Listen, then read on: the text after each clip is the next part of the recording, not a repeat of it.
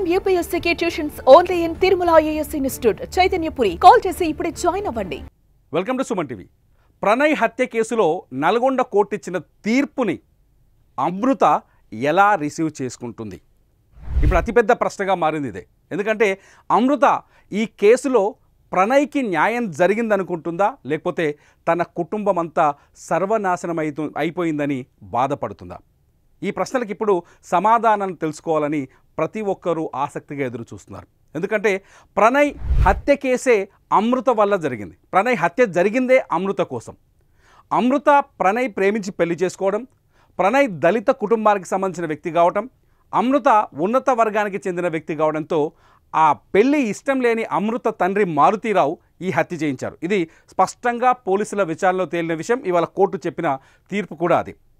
అమృత ప్రణయ్ దగ్గర ఉన్నంతకాలం, అంటే ప్రణయ్ హత్య జరిగినప్పుడు తన ఎవరైతే ప్రణయ్ని చంపారో వాళ్ళకి కఠిన శిక్ష పడాలని, వాళ్ళకి కూడా అటువంటి శిక్షే పడాలని కోరుకుంది అమృత.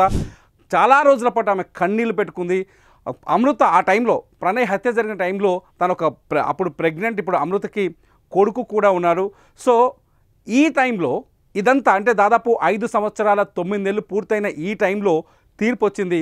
ఈ తీర్పు పైన ఇప్పుడు అమృత ఎలా స్పందిస్తుంది అనేది ఆసక్తికరంగా మారుతుంది. ఎందుకంటే ప్రణయ్ హత్య జరిగిన తర్వాత కొంతకాలం ప్రణయ్ ఇంట్లోనే ఉంది. అమృత తన కొడుకు పుట్టే వరకు అక్కడే ఉంది.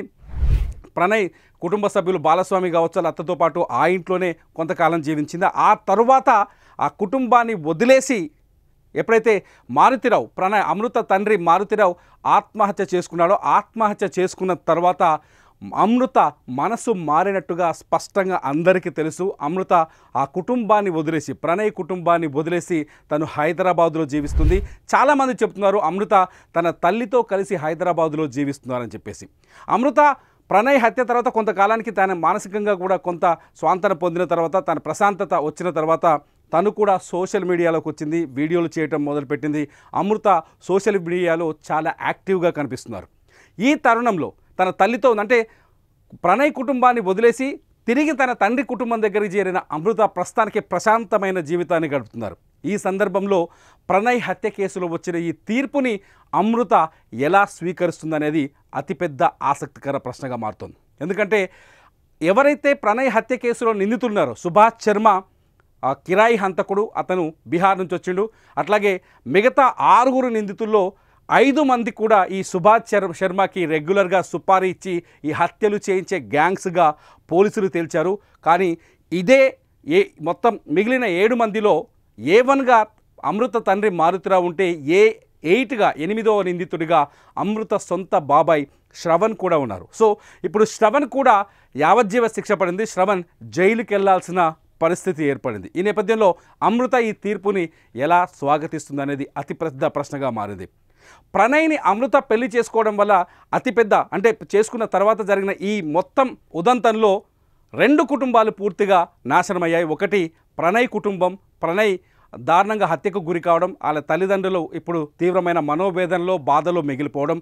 రెండోది వచ్చేసి అమృత కుటుంబం, అమృత తండ్రి మారుతీరావు ఆత్మహత్య చేసుకొని ప్రాణాలే వదిలేయటం. ఆ తర్వాత అమృత బాబాయ్ శ్రవణ్ ఇవాళ యావజ్జీవ శిక్షతో జైలు శిక్ష అనిపించడం. మొత్తానికి అమృత ప్రణయ్ల పెళ్లి ఊహించని ఉపద్రవానికి కారణమైంది, ఊహించని పరిణామాలకు దారితీసింది. ఈ నేపథ్యంలో ప్రణయ్ హత్య కేసు పైన కోర్టు చెప్పిన తీర్పుని అమృత ఎలా స్వీకరిస్తుంది, ఎలా రియాక్ట్ అవుతుంది అన్నది ఇప్పుడు ఆసక్తికరంగా మారింది. ఎందుకంటే ఈ హత్య జరిగి దాదాపు 6 ఏళ్ళు కావస్తుంది. 5 సంవత్సరాల 9 నెలల పాటు విచారణ జరిగిన తర్వాత 5 సంవత్సరాలతో ఈ తీర్పు వచ్చింది. కోర్టు అనేక మంది సాక్షులు విచారించిన తర్వాత తీర్పు వచ్చింది.